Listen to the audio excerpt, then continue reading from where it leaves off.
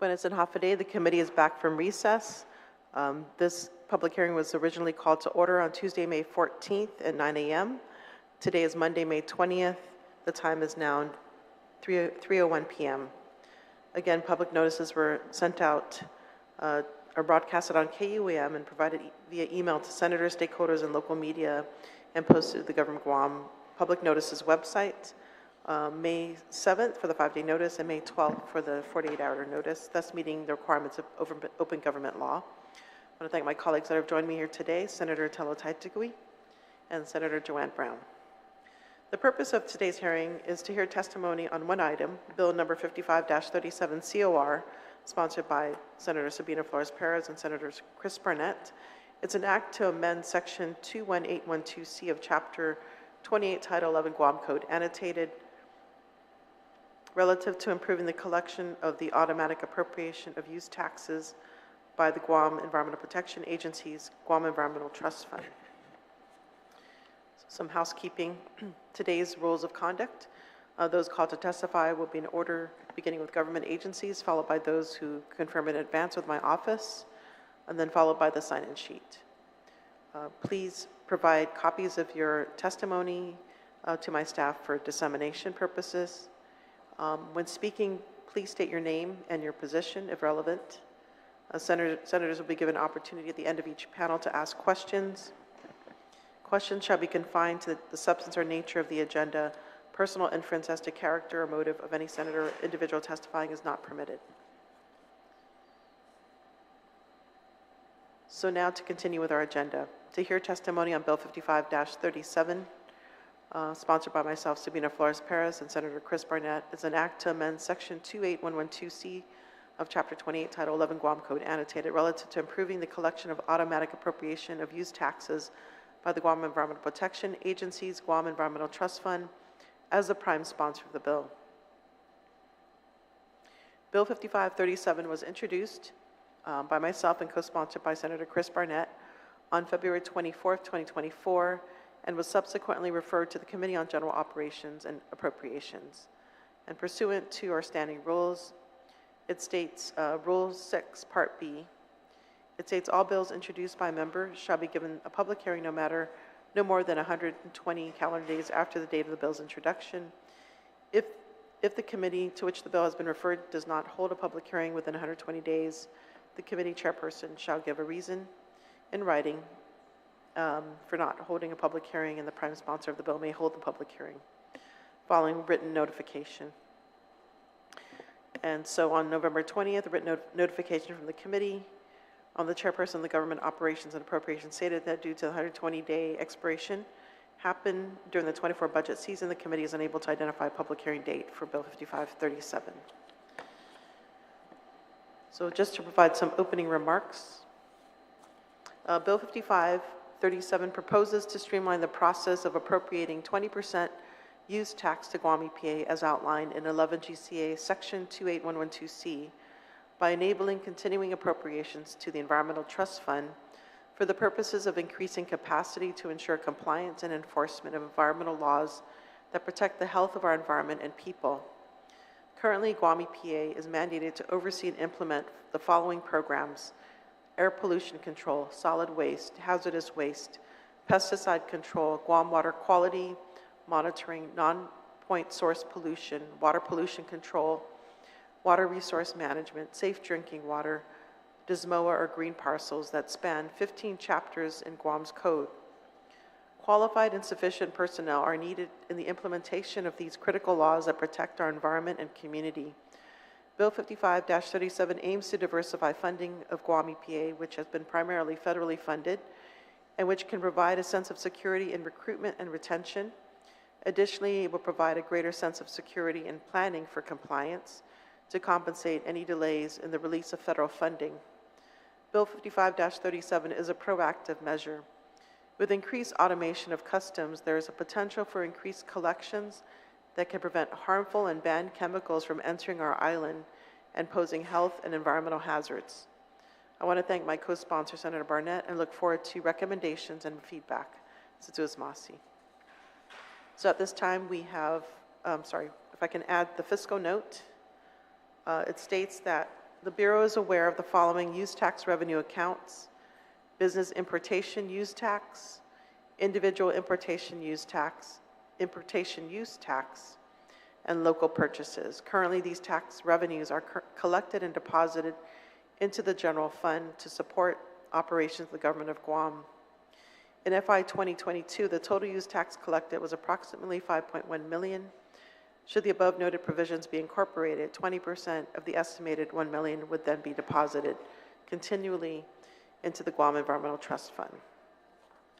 So we did provide, we sought invitation or feedback from other agencies such as Department of Administration, who will be sending in their written testimony. So this time I'd like to recognize Administrator Lastimosa from Guam EPA for their testimony. Thank you for being here. Hafaday, Senator Perez, Senator Brown, and Senator Taitigui, thank you for the opportunity to provide testimony today. Upon review of Bill 55-37 COR, the Guam Environmental Protection Agency finds that the legislation seeks to amend a section of the island's use tax law by provisioning a continuing appropriation to the agency's environmental trust fund based on 20% of the sum collected from use tax. Guam EPA encourages and urges the committee to support this bill. Based on the fiscal note comments provided by the Bureau of Budget and Management Research, an estimated $1 million may be continually appropriated to the ETF if use tax collections are consistent with the $5.1 million collections in FY22, reported by BBMR should the bill become law. As you may be all aware, the ETF presently is subject to legislative appropriation and shall not be commingled with the general fund, receives appropriation based on a 2% assessment fee of all commercial and industrial liability insurance premiums paid in Guam for the coverage of companies on individuals. It also authorizes the agency administrator to expend up to 25% of the fund to pay programs relative to the prevention of environmental problems and the promotion of keeping a safe and healthy environment, and also authorizes the administrator to spend up to $5,000 for the purposes of assessing, cleaning up hazardous materials, and restoring and repairing damages done to our environment during declared states of emergencies. Present agency expenditures from the ETF are done so in accordance with 10 GCA Section 45200 and Section 45201 for administrative and technical work performed by agency personnel for the ORDOT dump closure and environmental protection. Given the potential opportunity to receive additional financial resources, the agency will continue to be fully committed to responsible expenditures, which will increase its capacity to protect human and environmental health. Respectfully, however, given the present socio-economic landscape we find ourselves in today, we recommend that the 1991 statute, which created and governs the ETF, be reassessed to become modernized so that the administrator may make more efficient use of the fund as a non-lapsing fund in the best interest of our community, as it remains our goal to improve our efforts in 3 major categories. Those being issuing permits and clearances in an expeditious manner, putting more personnel in the field for deterrence and compliance, particularly in solid waste management and illegal dumping and stormwater management, and strengthening enforcement when responding to reoccurring environmental violations. Additionally, this bill may give us the much-needed ability to build and maintain a modern facility to better serve our community and to become more competitive in recruiting and retaining critical positions. Thank you for this opportunity to provide testimony on this bill. We are available to provide further information about our testimony subject to your inquiries. Thank you. Thank you so much for being here and providing testimony. So the impetus for this bill was the staffing, the critical shortage of staffing within Guam EPA, and also the loss of employees due to retirement. What is the status? I know when this bill was written, that was one of the things that was kind of foreshadowing all of this, or was one of the critical obstacles. What is the current status of staffing today? And do you still see the need for recruitment and retention? Thank you for that question. We actually have 55 full-time employees. We are still lacking a chief engineer who resigned in February of this year.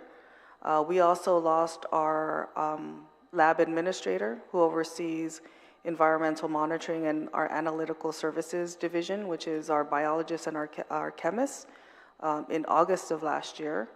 The funds were also used to support and pay for legal services. So we lost our legal counsel in January.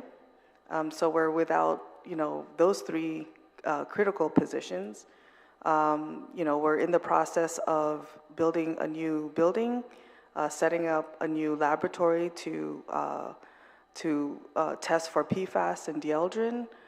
So we just went into a interpersonal agency agreement with US EPA and the US Public Health Service. So we are onboarding, or we have onboarded Captain Elizabeth DeGrange, who started January 1st, is still working remotely until she comes to Guam, expected to arrive in June. But, we're still missing key positions within the agency. Some people are acting in an acting capacity. Okay, thanks. That's good to hear you're boosting your personnel, because I remember in previous public hearings, you were down to like 30. I believe there were 30 staff. And so do you think 55 is what you need? Or, obviously you said that you need to fill these critical positions, but what is at a good level of staff to carry out all these mandates? I think that we should be about at 80 personnel. Specifically, if we want to look at the solid waste program, which is what we're hoping this environmental trust fund would benefit.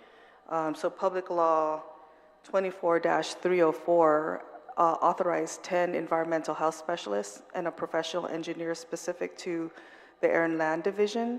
And right now, we've kind of held at 3 full-time employees for solid waste. And that's probably one of the most difficult programs because we deal with, not only the consent decree, all the permitting for solid waste processing facilities, but also illegal dumping. That's probably, we probably have 50 to 100 complaints for illegal dumping, and we have 2 days of field work aside from the administrative work that they already do. So we'd like to see, those 10 positions filled if given this additional money. The Solid Waste Management Program is the only program at Guam EPA that is currently not funded. Not funded federally, is that correct? Correct, I'm sorry. Okay, so it has to come from local funding. Right. Yeah, and I understand that 2 of them, at least one of them is almost retirement. Yeah, he threatens. ready. Yeah, he threatens to retire every day. Yeah, so we definitely need to fill that gap pretty quickly, especially when we're talking about successional planning. They have to learn. They just can't pick it up in an instant. So, Right. That's a critical thing. Right. So yeah, in your testimony, you also talked about issuing permits. And so, there's a huge amount of permits. If you can talk about that, what is the level of permit activity that's coming through your agency? So we have what's called the Walter system, which is our digital database that tracks all the permits that come through our agency. So on average, we're about 200 permits a month, anywhere between 150 to 200 permits a month, depending on, I guess, construction and just, project movement, but that's about our average. What used to be 6 months in the process is now anywhere between 2 weeks and maybe a month, depending on the complexity of the project. But we'd like to see that move a little more quickly, given that not everybody, our inspectors and our environmental health specialists still have to schedule inspections related to those permits. Okay. Okay, so yeah, generally staffing is critical. Is there anything else? So you mentioned that you want to modernize the ETF, and you had 3 items here. So for me, I think the staffing was one of the critical things. What other areas do you think we need to modernize the ETF? So there is currently a $5,000 cap on hazardous waste cleanup activities. So we'd like to see that either that provision removed or the amount increased. Also, the ETF, because it specifically says hazardous waste cleanup, we'd like to include solid waste cleanup. So the ETF currently can't be used to clean up any illegal dump sites. Not that we necessarily want to take over that role to clean up illegal dump sites out of that fund, but certainly in post-recovery, like emergency responses or declared state of emergencies, if there's a cleanup, solid waste cleanup that needs to be done, then we'd use the ETF for that purpose. So we'd like to see that included or amended in the enabling statute for the ETF. Okay. Well, thank you for those responses. I'm going to open it up to my colleagues for questions. Senator Tadegui, you're recognized. Thank you, Madam Chair. Good afternoon. Good afternoon. Thank you so much for being here. You mentioned, sorry, I'm having problems with this microphone. Okay. You mentioned in your testimony here that, as you may all be aware, the ETF presently, and it covers, everything here, and then when you flip over to the other side of your testimony, that you'd like this ETF to be allowed to be more modernized, as you explained it, and to include issuing permits and clearance in expenditure manner. So currently, right now, if this bill were to pass and the additional $1 million going into your agency, it wouldn't currently allow you to use it for permits and clearance to in an expeditious manner. It wouldn't allow you to use that money?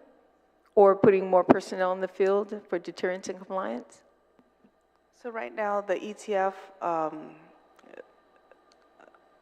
I guess we are only allowed to expend 25% of that fund towards those type of activities. So by modernizing the ETF, it would allow the if it were modernized to allow the administrator to use those funds for operational purposes where needed within the agency. Well, right now it says that the ETF authorizes the agency administrator to expand up to 25% of the fund to pay for programs, right? Correct. And then, pay for programs related to preventive environmental problems and promotion of keeping safe and healthy environment. But then on the other side, you're requesting that for additional authorization to utilize it? I thought you already had that ability to do it. Not within, I guess, the provisions for the ETF. So it's limits up to $5,000 for hazardous waste cleanup, and then 25% to go towards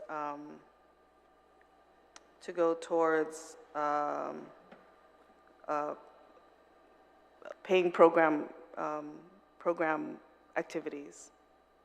So those program activities would be under haz waste, solid waste type of activities. So we only spend 25% of the fund towards those programs under the current ETF law.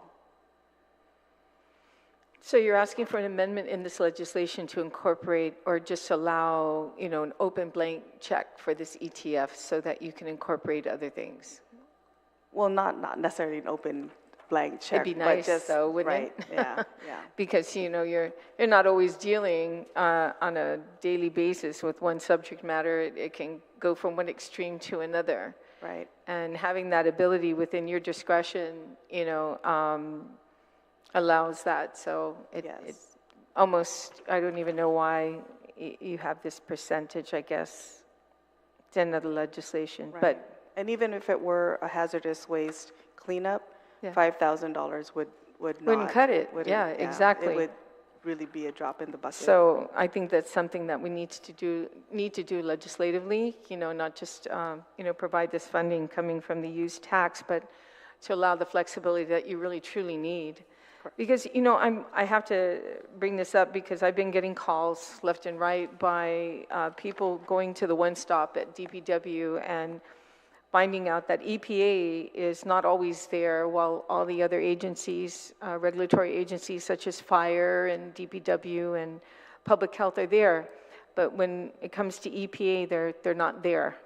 So I decided to go myself. To me, there's always three sides to a story, his, hers, and the truth, right? So I went myself to DPW on 2 occasions to ensure that EPA was there at the same time. And it wasn't during lunchtime, it was during regular hours. And one time nobody was there.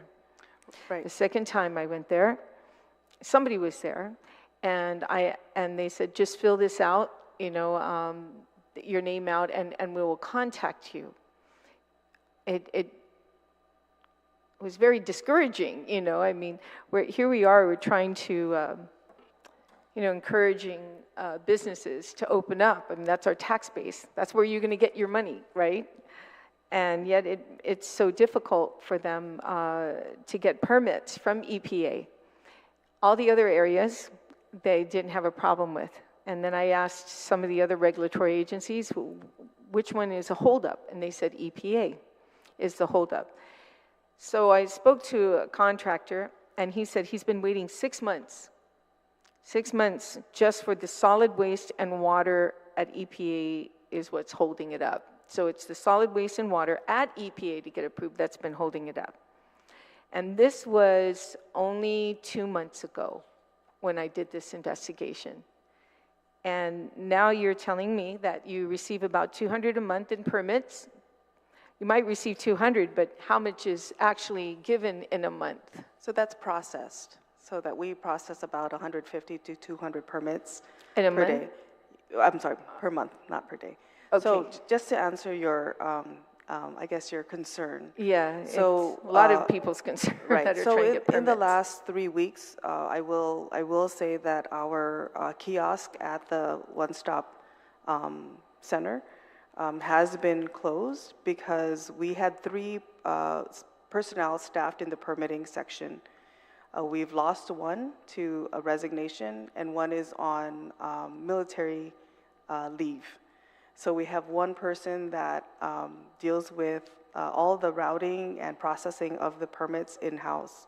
So we've had to put up notice at the one-stop center that all permits related to Guam EPA will be submitted at our main office in Tizen. So there is a notification at our kiosk to redirect customers to our main office. Additionally, like I said, that Walters, that electronic database, at any time we can see in real time what's going on with that permit. And if I can say in many cases, I've gotten calls about follow-up on status of permit applications. And quite honestly, some of those are contractor inability to submit the supporting documents, because otherwise we will process those permits.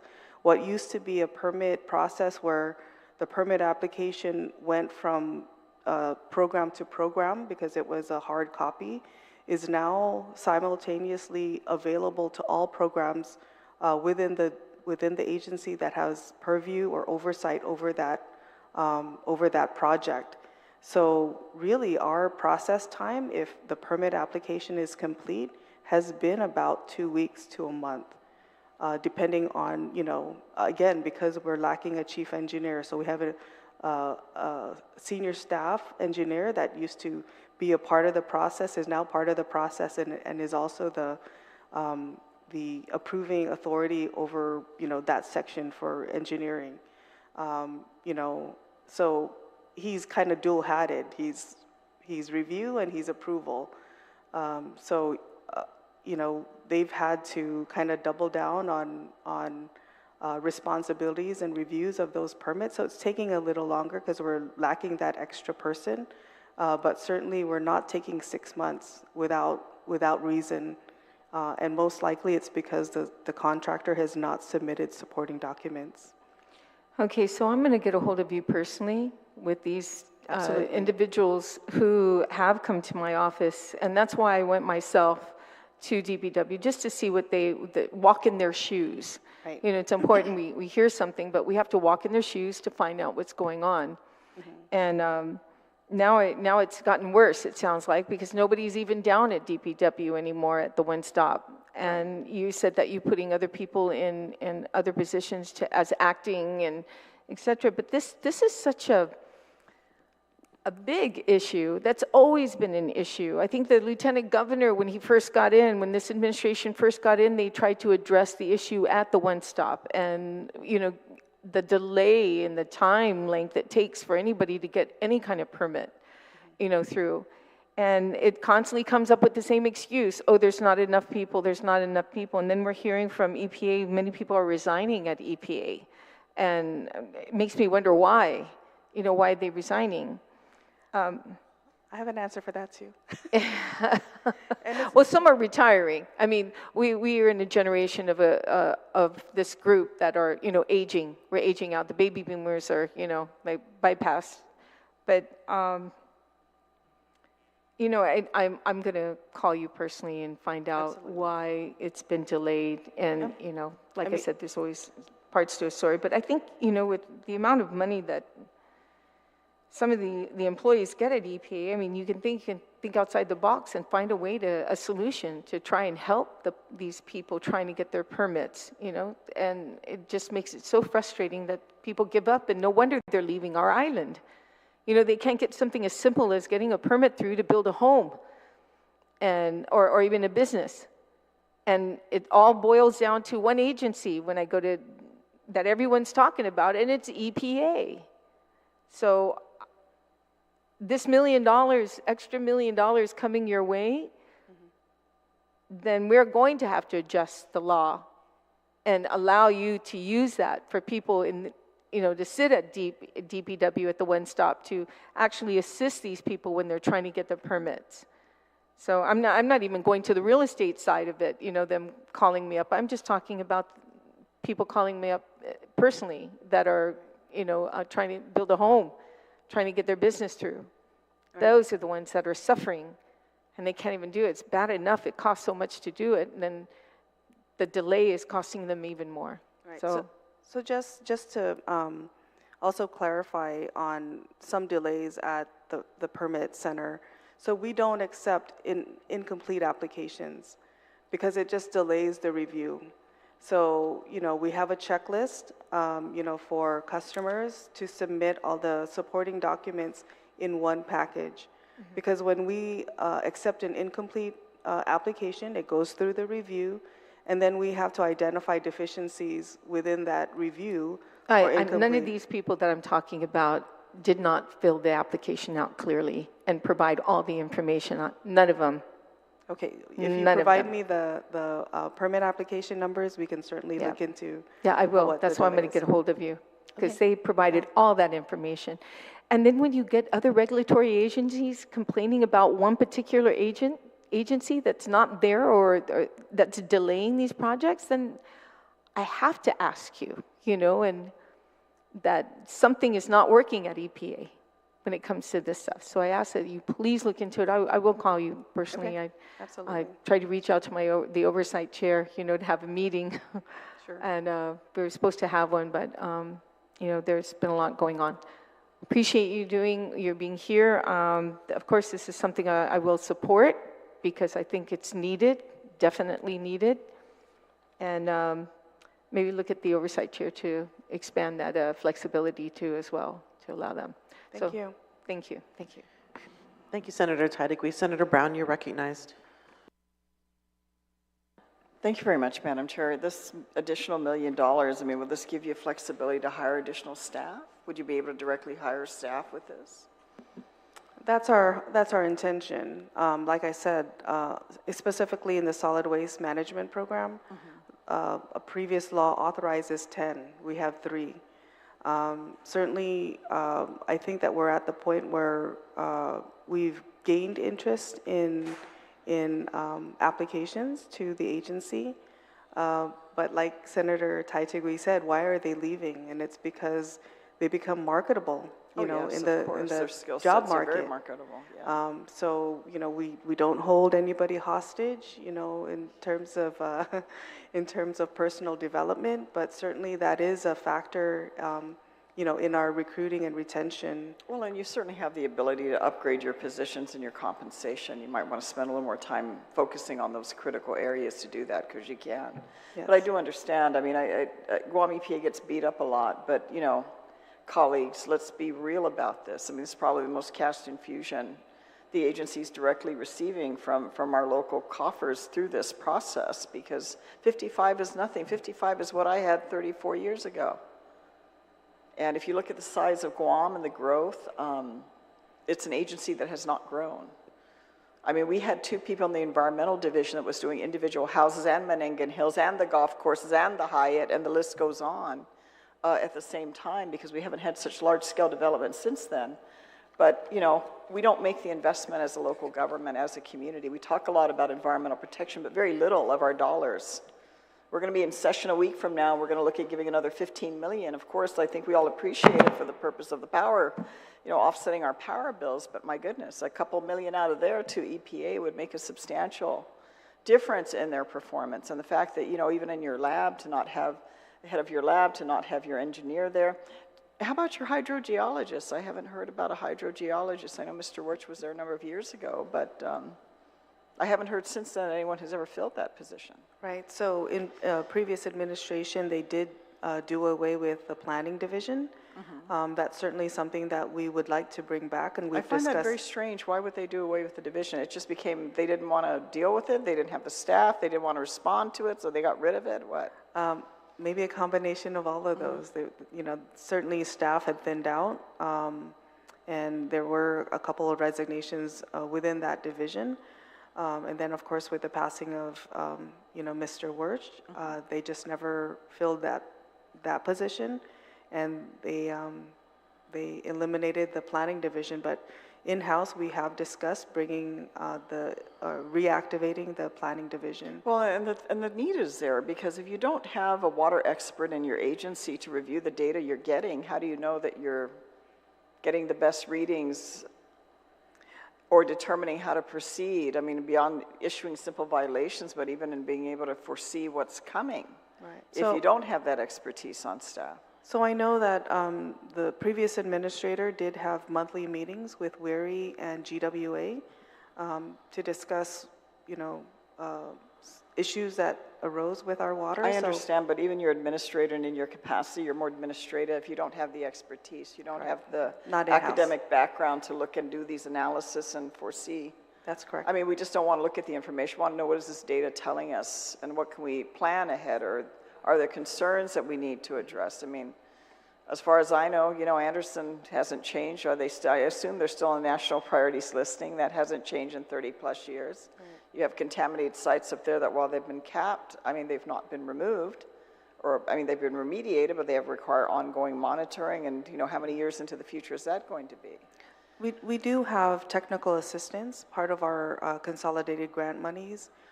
We've set aside for technical assistance from US EPA Region 9. So there is some reach back to experts within the region to assist us. I understand, but you're putting pieces of the puzzle together from that distance. It's not like having someone.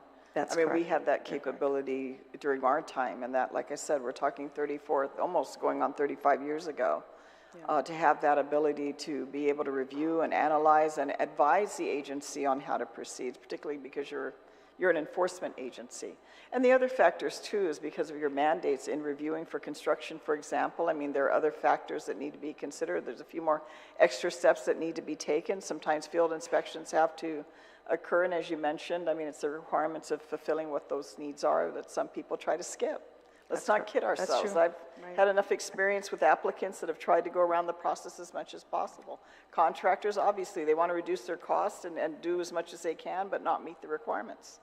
And That's then correct. sometimes they call the front office and try to see if they can definitely go around the whole requirements and by, a magic wand politically make things disappear. So I recognize the challenges that you're going through, but it's hard to beat up on you when we have not made much of an investment in the resource of the agency. I mean, you have such incredible authority. The breadth of your authority is there, but if you don't have people to go out and execute it, then you're challenged. And I'm very concerned about the fact of the lack of inspections, particularly in Halamtano areas, that a lot of illegal dumping and activities are occurring. A lot of junk cars are all over the place. I mean, these contaminants are going in the ground, and that most recent fire in Harmon, that was a problem waiting to happen. I don't know if you guys ever issued violation notices on that site, but now what do you do now? I can't imagine the contaminants in the soil after all those vehicles have burned. Yes, we have. Just so you know, there is a current citation. I hope they're able to pay it. I hope they're able to address cleanup and don't declare bankruptcy and leave that problem for the people of Guam. But it's that type of stuff. It's the Marbo Cave issue and the solar issue that happened up in Marbo. Those things concern me because if you cannot properly follow up on the monitoring the site, then stop permitting it, quite frankly. Because that's what I kind of got. It was not, you were not the administrator at the time, but the three of us, including the speaker, went out to look at the damage there, and that a lot of those issues could have been very clearly mitigated had their erosion control plan been properly designed and enforced. And that didn't happen, and look what happened as a result of it. And that, to me, is a big black eye on the agency. I don't hold anybody else as responsible as I do Guam EPA, because I know what your authorities and responsibilities are. Definitely the applicant fell short, there's no doubt about that, but your job when you essentially permit them is to go out and make sure that they're complying. And like I told you, everyone, there's so many, very few will consistently do the right thing. If they can shortcut it, they will, and you've got to make every effort to make sure that they're doing what they're supposed to be doing, because it's not just their project that's going to be impacted, it could be the surrounding community, surrounding neighborhood. So we want to see more presence. I'm hopeful that as time goes on, we can get greater priority. I mean, we talk a lot about environment now more than we did before, but the actual investment being made by the taxpayers of Guam in environmental protection is very nominal. And this, certainly, I appreciate the efforts of our chairwoman here in doing this. Hopefully she'll make us co-sponsors of this bill. But at the same time, it's still, even at this, is not enough. It's not going to get you, and I agree. I think about 80 plus would be a good round number in your key divisions to be able to go out and execute the responsibilities you have. And it's hard to beat you up for not being at one stop. You only got 3 people and 2 are out. You got 1 to do all of this. So that's very challenging, considering the work and the amount of applicants you may be getting. So you don't have a, I'm kind of concerned you don't have a territorial hydrogeologist anymore. That's unfortunate, because we helped get that position corrected. But I'd like an update, Madam Chair, if we're successful in passing this bill. I'm hopeful that we are. If Guam EPA, we can put a reporting time back so they can let us know, what they're investing and what positions they're investing the funds in, and so we can know what the benefits are, and we can take it from there. Appreciate it. Thank you so much for responding to my questions. Thank you, Madam Chair. Thank you, Senator Brown, and thank you so much to the Guam EPA for your testimony. Just a quick question. So if it's not the Environmental Trust Fund, is there another potential fund that the money can go to? So we did have an internal discussion about it, and since the fund is already established, we'd like to leave it as the Environmental Trust Fund. However, we would like to see the modernization of the Environmental Trust Fund enabling statute, just to allow for some flexibility. Okay, great. Thank you so much. And yeah, like I said, I believe this is a proactive measure. Again, like my colleague said, we definitely need to invest more into such an important agency that oversees the health of our environment and our community. So thank you for being here today. Being that there are no further testimony on Bill 55-37, the bill has been duly heard. As a prime sponsor, my office will continue to receive written testimony until 4 p.m. Tuesday, May 21st. Please address testimony to Senator Sabina Flores Perez, Chairperson of the Committee on Environment, Revenue and Taxation, Labor Procurement, Statistics, Research, and Planning, which can be dropped off the mailboxes at the Guam Congress Building or emailed to office@senatorperez.org. The committee will now adjourn. The time is now 3:40 p.m. Mr. Masi, and take care.